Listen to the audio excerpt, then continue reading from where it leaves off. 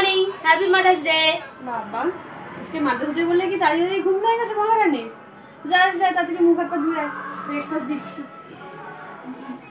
দাও আমাকে, তো আমি জামা কাপড়গুলো গুছিয়ে দিচ্ছি।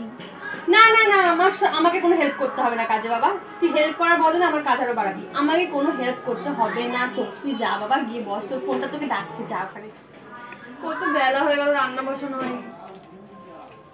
মা আজকে তুমি কি খাবে বলো, আমি তোমার জন্য রান্না করবো আজকে। কি তুই আবার আমার পছন্দের রান্না রাঁধবি? না বাবা, আগেরবার চিকেন যা রান্না করেছিস সেটাকে আমার কারোর মুখে নামা যায়নি, কারোর না। আবার তুই রান্না করতে গিয়ে এখানে পড়াস ওখানে পড়াস না বাবা, তোকে খেমা দে, তোকে রান্না করতে হবে না, আমি আমার রান্না করে নেবো। চলো আমি রেডি হয়ে গেছি, তুমিও রেডি হয় না। আমি আর সাজ যাবো কেন? কি কয়েকটা ফটো তুলে নিই, তারপর তোমাকে নিয়ে ঘুরতে যাবো, ঠিক আছে?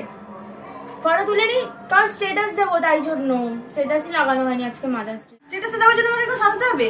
দেখ গিয়ে আমার বোনের মেয়েকে দেখে শেখ গিয়ে, কখন ছেড়ে দিয়েছ ওর মায়ের ফটো, কাল রাত 12টার সময়, আবার কত সুন্দর সুন্দর কথা লিখেছে, আর তুই এখনো ছাড়তে পারি না আমাকে বলছিস।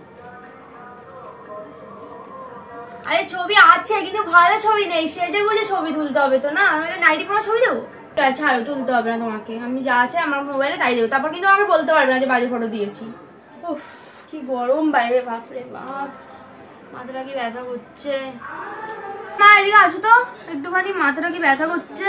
কি হয়েছে? সেই মামা শরীরটা খারাপ লাগছে নাকি? হ্যাঁ অস্বস্তি লাগছে, গরম না এত বাইরে। পাখাটা চালাস নি কেন তাহলে? দাঁড়া, তোর জন্য জল নিয়ে আসছি, দাঁড়া বস। এনে জল খা।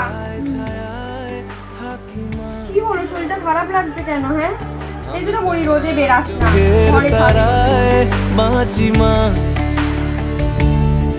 আমি তোমার মায়ায় মায়ায় থাকি মা।